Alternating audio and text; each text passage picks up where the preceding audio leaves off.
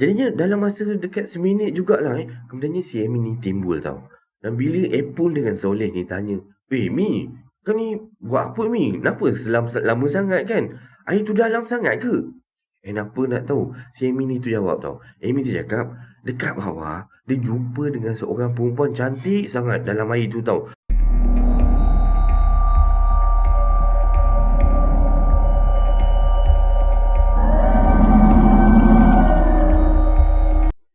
Assalamualaikum warahmatullahi wabarakatuh dan salam sejahtera kepada anda semua. Selamat datang ke channel Kisah Seram Malaysia. Diharapkan anda semua pada hari ini sihat-sihat belaka lah hendaknya, insya-Allah. Baiklah, semua kisah-kisah yang saya akan ceritakan dekat sini pada hari ini anggaplah sebagai satu hiburan sahaja. Jadinya jangan terlampau taksub ataupun terikut-ikutnya. Baiklah, sebelum kita bermula, marilah kita sama-sama berdoa kepada Allah Subhanahu Wa Taala. Semoga Allah panjangkan umur, murahkan rezeki, berikan kesihatan yang baik dan permudahkan segala urusan kita di dunia dan di akhirat. Dan tak lupa juga, semoga Allah memberikan syurga buat emak dan ayah kita. Amin, amin, ya rabbal alamin. Jadinya, tanpa membuang masa lagi, kali ini KSM nak bawakan anda kisah berkenaan dengan hantu air. Baiklah, mari kita terus ke video yang pertama dengan lafaz Bismillahirrahmanirrahim. Mari kita mulakan.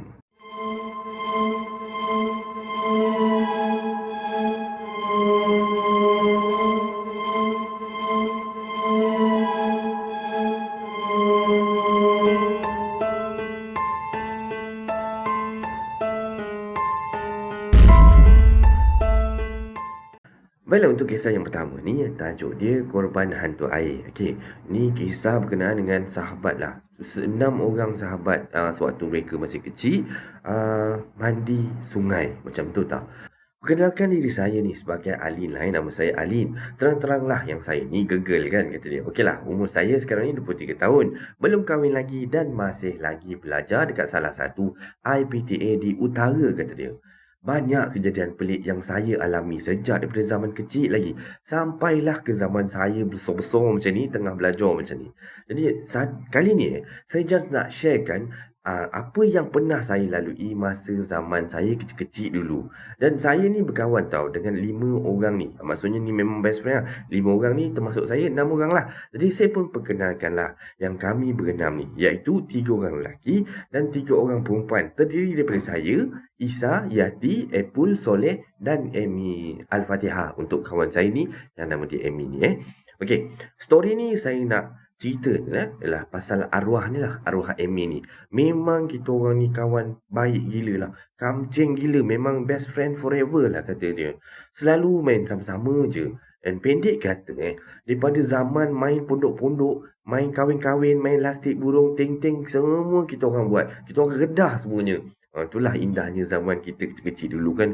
Memang sebab tak ada nak kira apa lelaki ke perempuan ke kan. Buat semua sama-sama. Memang seronok. Dan memanglah kita orang ni pula lebih kurang je. Umur lebih kurang je sama baya kan. Kalau beza pun mungkinlah ada yang tua setahun sikit. Okey, untuk pengetahuan korang semula kampung saya ni dekat sebuah felda terletak dekat Kelantan.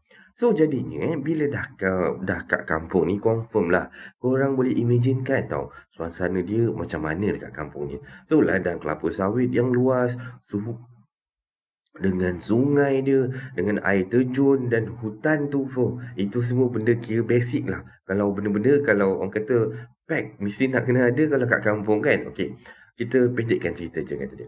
Okey, kejadian ni berlaku pada tahun 2002 lah.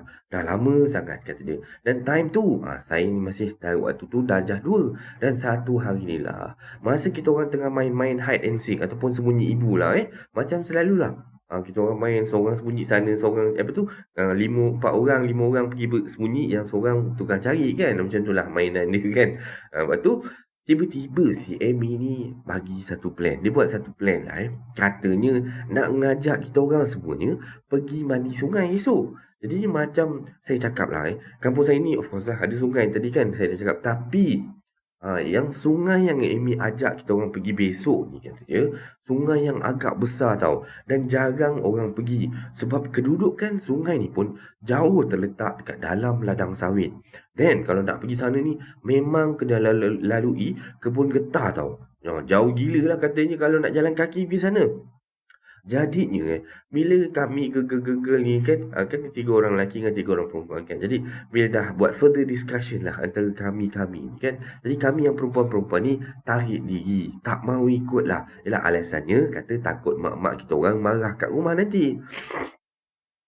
Jadinya yang ikut ataupun yang ikut serta dalam plan ni, yang ikut serta nak pergi mandi sungai besok ni, tinggallah dia orang bertiga je.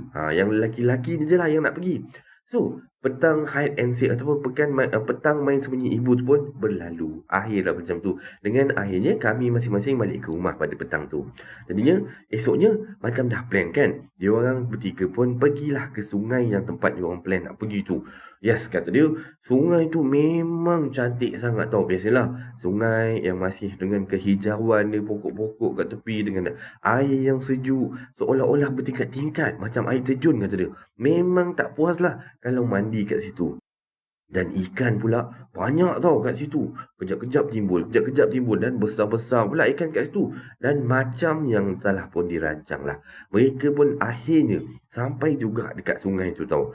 Apa lagi dia orang ni memanglah excited gila lah budak-budak ni kan. Tambah-tambah si Amy ni. Dan korang nak tahu tak, si Amy ni punya excited dia sampai tak sempat-sempat, tak menyempat-nyempat nak buka baju ni, terus terdebush. Terjun dalam air tu waktu tu.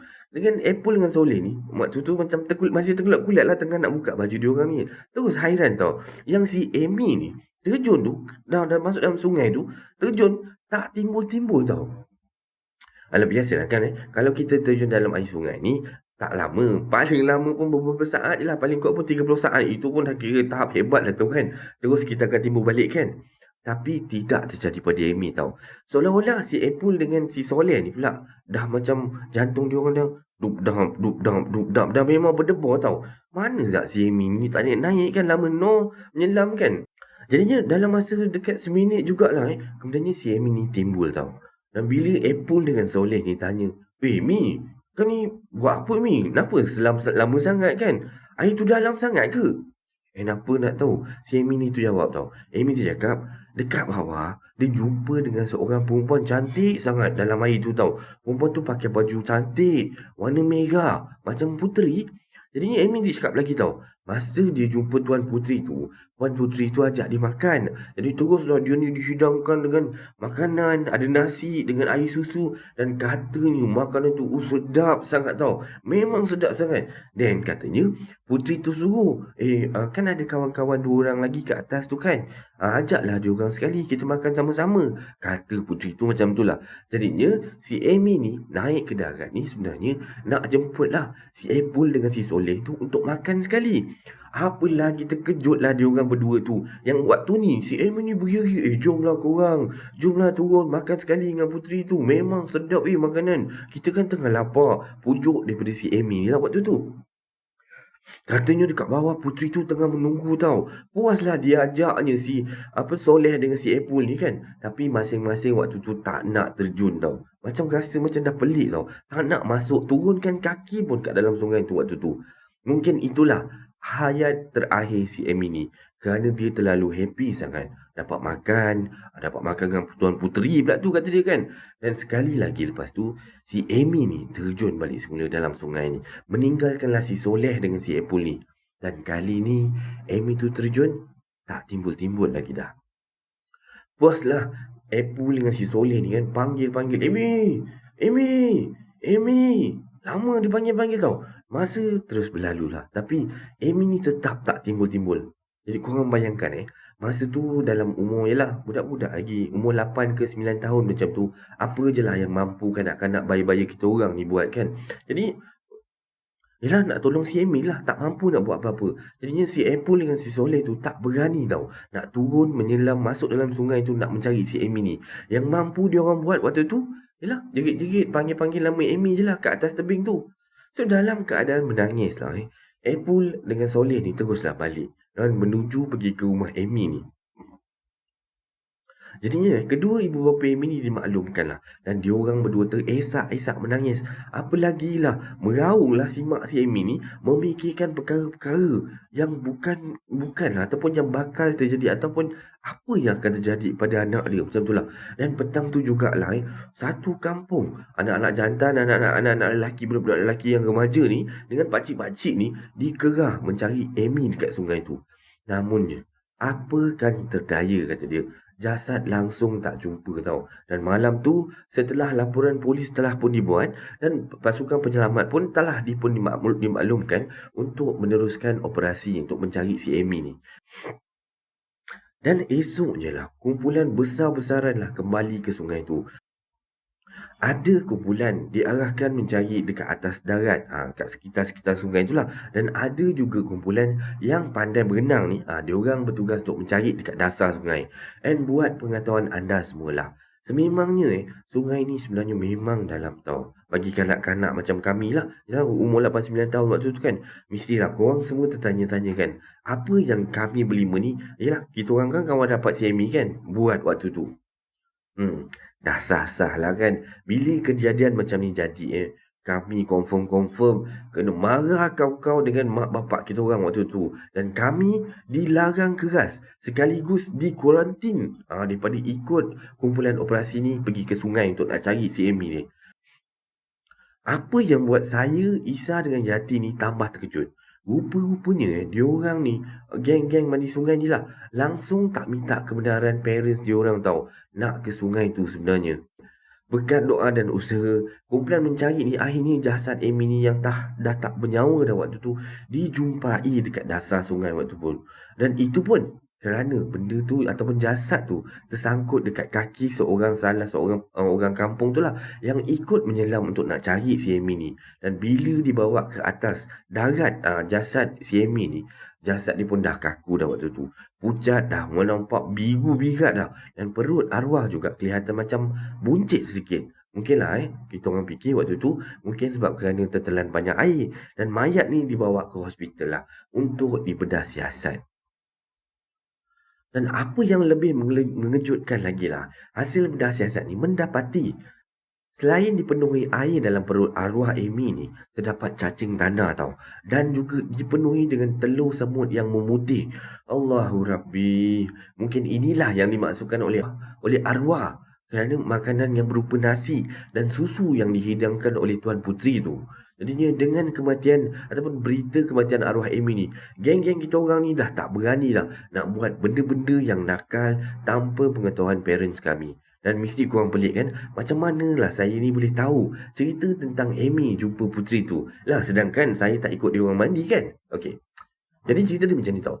Lepas kita orang berkabung dekat seminggu jugalah, kita orang tak keluar, tak boleh, tak dibenarkan untuk bermain bersama-sama, barulah kita orang jumpa balik tau, and dapat berkumpul balik semula.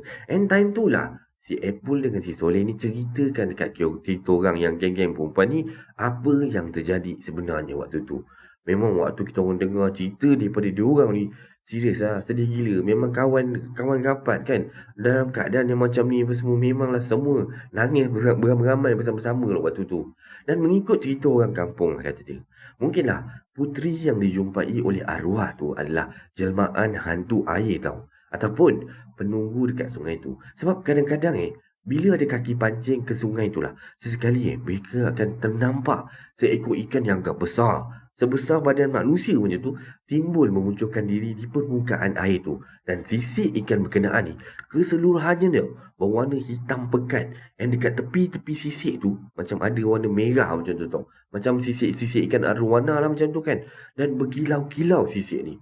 Jadinya selepas kejadian arwah ni lah, beberapa kes mati lemas masih lagi berlaku dekat sungai tu tau. Kata orang kampung penunggu sungai itulah menagih korban. Korban apa? Saya pun tak pastilah.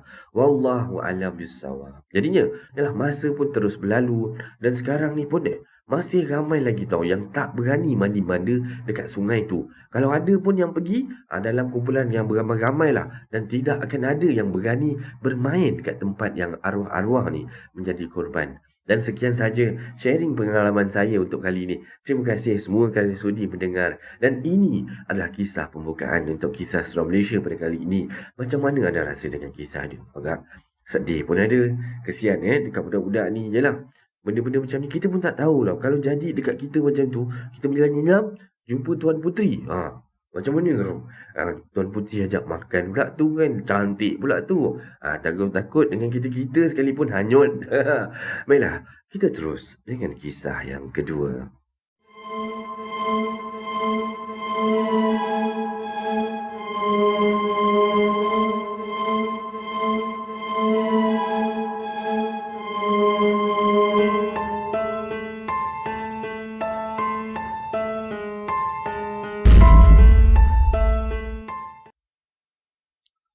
Baiklah, untuk kisah yang kedua ni, kata dia, dia ni pengalaman dia sewaktu dia pergi mandi laut lah macam tu Okey, kita terus dengan kisah dia. Assalamualaikum warahmatullahi wabarakatuh. Okey, cerita saya ni menceritakan pengalaman saya dirasuk hantu air tau. Okey, cerita ni masa saya baru sekolah menengah. Tapi bukan ke dekat sekolah lah. Dan saya ni adalah 5 adik-beradik dan 3 lelaki dan 2 orang perempuan. Dan saya ni lah yang paling bongsu sekali. Jadinya paling manja lah lebih kurang kan. Jadinya kakak dengan abang saya ni dah berkahwin semua. Dan sebelum kakak saya kahwin, saya tidur dengan dia. Jadinya sekarang ni terpaksa lah saya tidur seorang-seorang. Okay, ceritanya mula-mula macam ni. Kakak ipar saya ni ajaklah kami sekeluarga ni balik ke kampung dia dekat Kelantan. Jadi memandangkan cuti sekolah ni telah pun bermula, maka mereka cadangkan kami semua bertolak waktu malam. Kerana nanti kalau sampai kat Kelantan mestilah pagi. Jadinya laluan mengikut jalan highway Karak tau. Taklah orang kata seram penuh macam dalam movie tu kan. Taklah seseram sangat. Tapi adalah kena kacau sikit. Masa berhenti sekejap nak pergi toilet kata dia. Jadi saya pun dah lupa tau sebenarnya. Saya tu waktu tu berhenti dekat surau ke, berhenti dekat RNR ke. Tapi bila dah berhenti tu saya nak pergi ke toilet lah. Jadinya saya pun ajaklah kakak saya ni untuk teman dengan saya. Dan asalnya lah toilet tu waktu kita orang masuk tu memang tak ada orang. Senyap sunyi, lampu pun tak buka. Dan tu bila saya dah masuk, kakak saya buka lampu lah.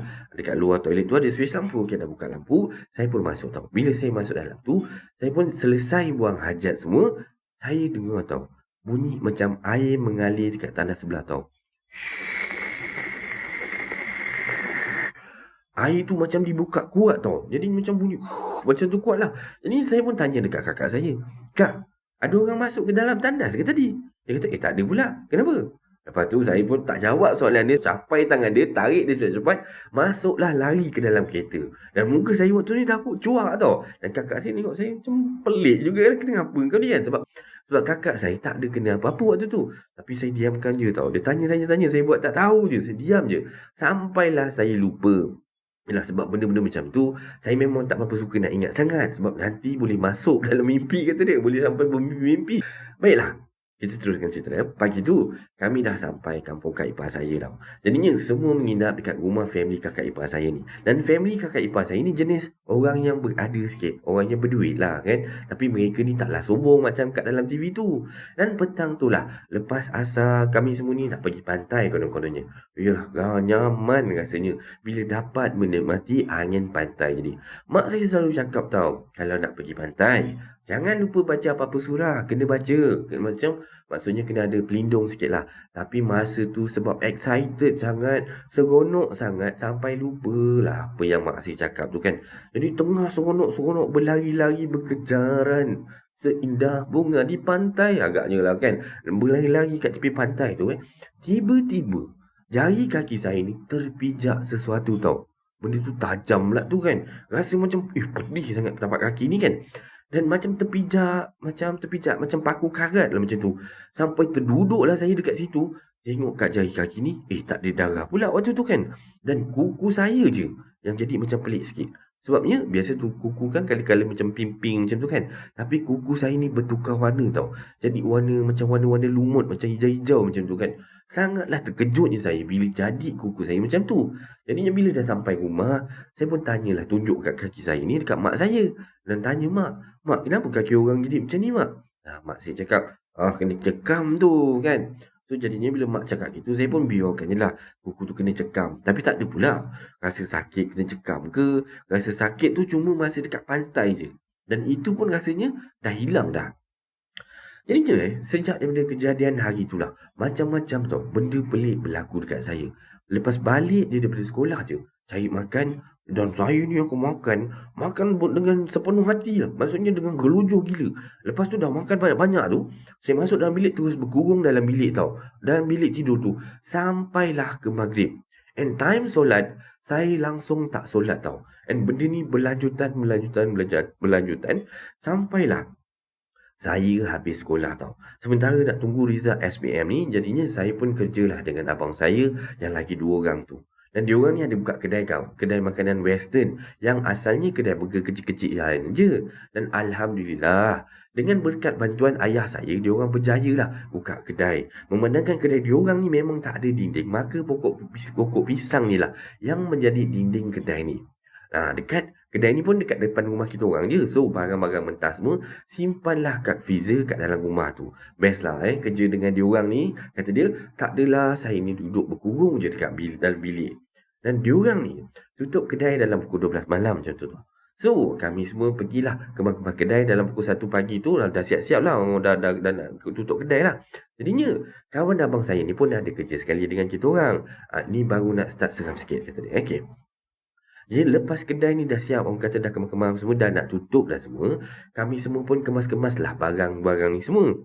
Yang jadinya, yang saya ni basuh pinggan tau. Cawan dekat tepi, pinggan cawan apa semualah. Periuk-periuk semua dekat tepi pokok pisang ni. Jadi nak cerita sikit Saya ni memang trauma lah, fobia macam tu lah, tak suka dekat pokok pisang tau. Sebabnya saya pernah nampak tau Cik Chong dekat celah-celah pokok pisang dekat rumah nenek saya. Jadinya bila tengok pokok pisang ni, jadi macam keseraman tu dia macam mengimbau kembali tau waktu saya nampak Cik Chong tu. Jadi memang sampai sekarang pun saya masih takut dengan pokok pisangnya. Jadinya saya pun basuh laju lah, kadang-kadang nak siapkan cepat dia tu. Jadinya kawan abang saya ni, kita letak nama dia Abang B okay. Abang B ni bukan main lagi baiknya dengan saya waktu tu, siap-siap nak tolong basuh lah, dan tengah cuci-cuci semua. Dan tiba-tiba saya rasa tak ada sedap hati pula tau. Jadinya saya nampak tau, daripada ekor mata saya ni macam ada kelibat tau, warna hitam, berdiri dekat pokok pisang tu tau. Ujung dekat tepi kedai, kat tepi jalan tu lah. Dan serentak dengan tu ada orang bagi salam. Assalamualaikum. Dan waktu ni saya dengar, tapi saya jawab dalam hati je waktu tu. Tapi takkanlah orang tu tak tahu tau, yang kedai kita orang ni dah tutup waktu ni. Jadi saya pun tanya dekat Abang B ni, bang, kenapa ada orang datang bang? Kan kita dah tutup kedai. Dan Abang B ni cakap tau, kau ni biar betul, mana ada orang datang. Taklah, tuan cuba Abang B dengar betul-betul tu. Kan ada orang bagi salam kot. Dan dia pun toleh belakang tau. Lepas tu dia toleh belakang tu, dia toleh saya balik semula. Dia pandang saya dah macam pelik tau. Dan saya pun toleh lah ke belakang. Allahu Akbar. Lepas tu saya tak ingat apa dah. Yang saya ingat, saya dah terus pengsan je. Dah tak sedarkan diri langsung. Dan esoknya saya sedar-sedar, saya ada dekat dalam bilik mak ayah saya. Dan saya tanyalah, kenapa pula saya dekat dalam bilik mak ayah ni kan? Dan sini diorang pun cakap lah. Dan diorang ni pun cakap lah, yang saya ni pengsan lepas kena kacau dengan hantu. Yang saya ni dah lah lemah semangat. Kenapalah saya yang dikacaunya kan?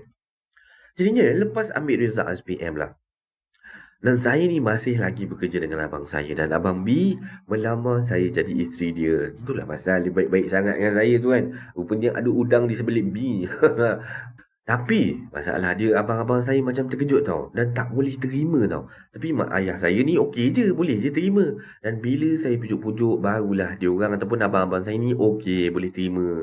Jadinya lepas raya bertunang. Dan hujung tahun tu dah nikah dah. Dan lepas nikah tu, saya tak tahulah kenapa setiap kali lepas solat isyak berjemaah, saya akan berjemaah dengan suami saya lah saya akan nampak yang suami saya ni muka macam lembaga berbulu tau, bermata merah, dan muka dia memang sangat-sangat menyeramkan. Setiap kali saya pandang, saya jadi rasa macam takut tau dengan dia. Jadi satu hari tu saya pun berceritalah pada suami saya ni apa yang jadi dekat kaki saya dengan apa yang saya nampak tau masa saya pengsan dulu. Saya nampak makhluk yang sama tau, seperti apa yang saya nampak ada dekat suami saya pada sekarang ni. Ya Allah, astaghfirullahalazim. Dan besoknya suami saya pun bawa saya pergi berubat dengan Pak Ngah, pak saudara suami saya lah yang buat Darushifa ni. Jadinya kami pun sampai dekat rumah Pak Ngah ni lah. Dan waktu tu dah hampir maghrib dah waktu tu. Dan sebaik saja saya melangkah, jiwa saya jadi tak tenteram tau. Kuku kaki saya ni jadi semakin hitam waktu tu saya perasan. Dan setelah bersalaman dengan Mak Ngah dengan anak-anak dia orang ni, saya pun duduklah dekat dalam rumah Pak Ngah tu, dekat satu sudut, dekat satu penjuru lah kat sudut situ. Dan kebetulan lah waktu tu anak saudara Pak Ngah ni ada datang. Dan anak saudara dia ni ada kelebihan. Kiranya dia ni macam ada six sense lah lebih kurang. Ada dari ke-6 macam tu. Kadang-kadang dia ni boleh nampak tau apa yang kita tak boleh nampak. Jadinya Pak Ngah pun memulakan rawatan dia. Dia ni ataupun Pak Ngah ni suruh saya ni duduk belunjur tau. Duduk belunjur dekat depan dia ni. Waktu ni saya dah tertunduk tau. Dah macam tak sedar diri dah. Memang saya sedar tapi macam saya tak boleh nak kawal tau diri saya. Tapi badan saya ni boleh bergerak lagi lah. Tapi mata saya waktu ni dah mengalir-ngalir dah air mata. Dan jari kaki saya ni terasa macam panas, pedih tau. Dan tak berapa lama kemudian saya tersedar. Seperti macam terbangun daripada mimpi macam tu. Dan kaki saya waktu ni rasa ringan, rasa lain macam tau. Sebab sebelum ni saya rasa macam ada benda tau melekat kat situ. Sampai nak jalan tu rasa berat, rasa susah. Macam tu lah lebih kurang kan. Dan hitam dekat jari kaki saya tu pun hilang dah. Dan Pak Ngah ni cakap tau. Kata pesan Pak Ngah, kata dia, kalau nak pergi pantai, jangan cakap benda-benda tak elok. Bacalah surah-surah ataupun ayat-ayat Quran, ayat-ayat pendidik. Sebab itulah sebabnya kalau tak baca itulah jadi boleh terlanggar daklah tu. Dan benda tu pun menumpanglah dekat ibu jari kaki. Dan itulah yang jadinya bila kau berjalan tu rasa berat. Dan tiba-tiba je saya menangis waktu tu. Lepas tu bila Pak Ngah ni pegang ibu jari kaki saya ni, saya terjerit-jerit kesakitan tau. Dan anak saudara Pak Ngah ni yang ada diri ke-6 tu pula cakap tau. Kata dia, masa saya masuk rumah tadi ni, dia nampak tau ada satu nenek tua yang masuk sekali dengan saya. Duduk betul-betul rapat jalan belakang saya tau macam tu. Dan masa saya duduk dekat penjuru tu, muka saya ni nampak macam lain tau. Nampak macam muka orang dah tua. Tapi nampak macam pucat, biru macam tu lah kan. Dan langsung tak senyum tau. Dan dari situlah dia dah tahu tak. Yang sebenarnya saya datang ni nak berubat. Dan Alhamdulillah. Yang sekarang ni saya pun dah semakin pulih. Dan lepas Pak Ngah ubatkan saya tu, dah bagi air daripada Darushifa atau semua, buat mandi dan buat minum, saya dah tak kena kacau lagi. Dan dah tak nampak apa-apa benda-benda Allah ni lagi. Dan badan pun rasa ringan je. Dan masa saya kena tu lah saya dengan suami ni susah tau nak lekat. Orang kata nak ada anak lah macam tu. Dan 2 tahun dah kita orang ni tunggu, still lagi tak ada rezeki. Tapi rezekinya datang lah lepas bila kita orang balik daripada berubat dengan Pak Ngah. Sebulan lebih macam tu, saya pun dah disahkan hamil. Alhamdulillah. Dan sekarang ni saya ni dah ada 2 orang anak dah. 2 orang cahaya mata dah. Alhamdulillah. Allahu Akbar. Dan ini adalah kisah seorang Malaysia yang kedua berkenaan dengan hantu air. So, ada lagi satu kisah berkenaan dengan hantu air ini. So, korang stay tuned and enjoy.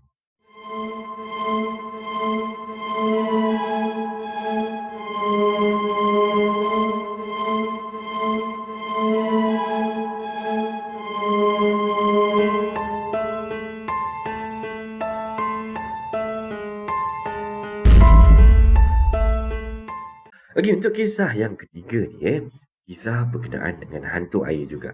So, kita terus dengan kisah dia. Assalamualaikum warahmatullahi wabarakatuh. Waalaikumsalam warahmatullahi. Okey, tidak dapat nak dinafikan lah. Dan hantu air ni memang terkenal dalam kalangan masyarakat Melayu. Pelbagai rupa lah yang digambarkan. Tetapi, poin utamanya tetap dipanggil sebagai hantu air. Okey, kisah yang saya nak ceritakan ni dah lama tau berlaku. Dan saya pun belum lahir lagi time tu. Dan tapi cerita ini diturunkan daripada anak kepada cucu kepada cicit. Macam tu lah. Cerita turun-temurun lah lebih kurang Jadi orang yang terlibat dalam kisah ni ialah moyang saya dan anak saudara dia. Okey, ketika kejadian ni, mereka ni pergi berdayung. Biasa orang zaman dulu kan, cari rezeki, pergi berdayung kat sungai, menangkap ikan, macam tu lah. Jadi kita kerja je. Jadinya, dia pun mendayung menggunakan sampan buatan moyang saya. Dan moyang saya ni memanglah gemar sangat turun ke sungai. Dan dia akan memukat ikan untuk dijadikan lauk pauk anak bini dia kat rumah. Dan sungai yang dia orang pergi ni terletak tidak jauh lah daripada rumah moyang saya ni. Tapi boleh tahan jugalah, luas dan menakutkan. Dan sungai itu pernahlah dijadikan tempat orang lepas barang ataupun buang saka macam tu. Buaya pun ada. Tapi normal lah, of course. Zaman dulu lagi pun sungai besar, of course lah ada buaya kan. Jadinya petang tu lah nak dijadikan cerita lah. Petang tu, moyang saya bersama dengan anak saudara dia ni pergilah mendayung tau dekat sepanjang sungai tu dan berhenti di beberapa checkpoint lah. Dia berhenti kat sini untuk mengambil pukat yang dia dah letak kat tempat-tempat yang dia dah tandakan tu lah. Dan memang Alhamdulillah hasil dia bagus sekali hari tu lah. Dan pelbagai jenis ikan yang lekat dekat pukat moyang saya lah. Ada lampam, ada selat, ada sepat dan sebagainya lah. Jadinya dapatlah anak-anak dekat rumah ni makan sedap-sedap kata dia. Dan apabila waktu tu hari pun sudah habis senja tau. Moyang dengan anak saudara ni mendayung lah. Pulang kan nak balik lah waktu tu. Tak elok lama-lama kat sungai ni kata dia. Lagi-lagi ada anak yang masih kecil kat rumah. Nanti takut yang ada dekat sungai ni ngikut balik. Takut ganggu budak-budak pula kan. Okey. Tapi dalam perjalanan pulang tu lah, tiba-tiba moyang ni ternampak tau. Macam ada kelapa-kelapa muda ni yang jatuh dekat dalam sungai waktu tu. Jadi bila sambil mendayung tu, dia lalu dekat kelapa tu pun dia capai kelapa-kelapa tu, letak kat dalam sampan dia kan. Lalu dia letak kat tengah-tengah tau. Okey. Jadi waktu tu moyang punyalah gembira kata dia kerana dapat membawa pulang hasil yang begitu banyak sekali tau. Dapat ikan, dapat kelapa kan. Jadinya memang orang kata happy lah daripada tu. Aduh, kata, siap berniat tau kata dia ikan ni dapat banyak, bolehlah buat ikan kering. Dan esok plan dia katanya nak datang ataupun turun ke sungai ni awal sikit kata dia. Untung-untung bolehlah dapat lebih lagi macam hari ni kata dia. Jadinya tidak semena-mena lah. Ketika tengah mendayung sampan tu air sungai ni bergelora tau dan berbuih macam tu tau. Moyang dengan anak saudara ni waktu tu dah macam cemas tau waktu tu. Dan sampan ni dah mula dah macam kena berbolak-balik tau dan bergoyang-goyang dah jadi macam tak stabil tau. Dan sampaikan kelapa-kelapa yang ada dekat tengah-tengah sampan tu pun jatuh dah ke dalam sungai waktu tu. Yelah waktu ni dah of course lah dia orang ni betul-betul ada dekat tengah-tengah sungai tu. Pelbagai bahaya atau pelbagai masalah yang boleh berlaku tau. Jadi tiba-tiba sampan dia orang ni bergoncang kuat tadi macam tu. Masing-masing waktu ni dah menggigil-gigil tau. Kerana sampan ni dah tengah terhuyung hayang tanpa diketahui apa sebabnya jadi macam tu. Tiba-tiba sampan yang dia orang duduk ni terbalik tau. Dan semua yang ada kat dalam sampan waktu tu dah semua tercampak ke dalam sungai. Dan moyang dengan anak saudara ni dah terkapai-kapai lah berpaut pada sampan yang terbalik tu.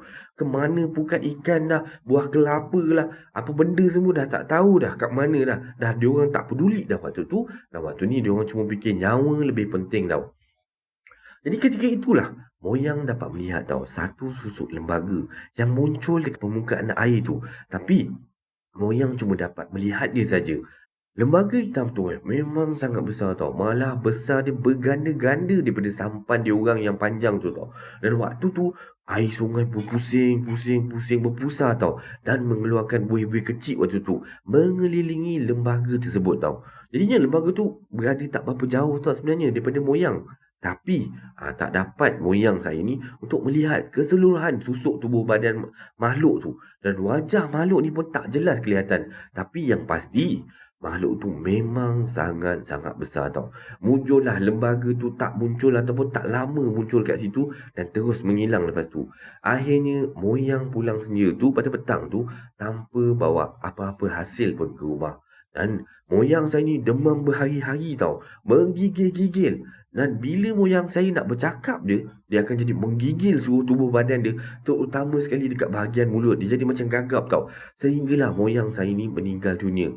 Walaupun sudah puas berubat ke sana ke sini, tapi penyakit menggigil ni tak hilang-hilang tau. Dan sememangnya moyang sini cukup terkejut melihat kelibat hantu air ni yang selama ni hanya diceritakan orang melalui mulut ke mulut je. Tapi itu adalah kali pertama lah moyang saya lihat makhluk hantu air tu. Orang yang merawat moyang saya berkatalah benda tu sebenarnya sekadar nak mengusik saja. Maaflah kalau cerita ni tak apa seram. Tapi gangguan hantu air ni memang wujud sebenarnya. Mungkinlah pelbagai rupa dengan pelbagai bentuk yang orang jumpa, yang orang cerita. Yalah, of course lah. Kerana jin dengan iblis ni boleh berubah-ubah bentuk untuk memperdayakan kita semua. Jadi, sentiasalah berdoa dan berhati-hati jika turun ke sungai. Dan ini adalah kisah seram Malaysia yang terakhir untuk kali ini. Semoga anda terhibur dengan kisah-kisah yang KSM sampaikan pada kali ini. Dan terima kasih pada anda-anda yang sudi mendengar kisah seram Malaysia ini sehingga habis. Dan sebarang komen, like dan share daripada anda semua amat-amatlah dihargai. Dan terima kasih pada yang dah sudi subscribe di channel Kisah Seram Malaysia ni. Dan yang masih belum tu, bantulah saya dengan menekan butang subscribe, like dan sharekan video ini kepada kawan-kawan anda. Sokongan daripada anda semua adalah ibarat satu pembakar semangat buat saya untuk teruskan berkarya agar saya terus berusaha untuk membuat banyak video-video yang baik, yang menarik dan berkualiti untuk anda semua tonton, insya-Allah. Jadinya yang baik itu datang daripada Allah Subhanahu Wa Taala dan yang buruk itu datang daripada kelemahan diri saya sendiri. Saya akhiri kisah seram Malaysia pada kali ini dengan lafaz Assalamualaikum warahmatullahi wabarakatuh. Terima kasih semua. Selamat malam.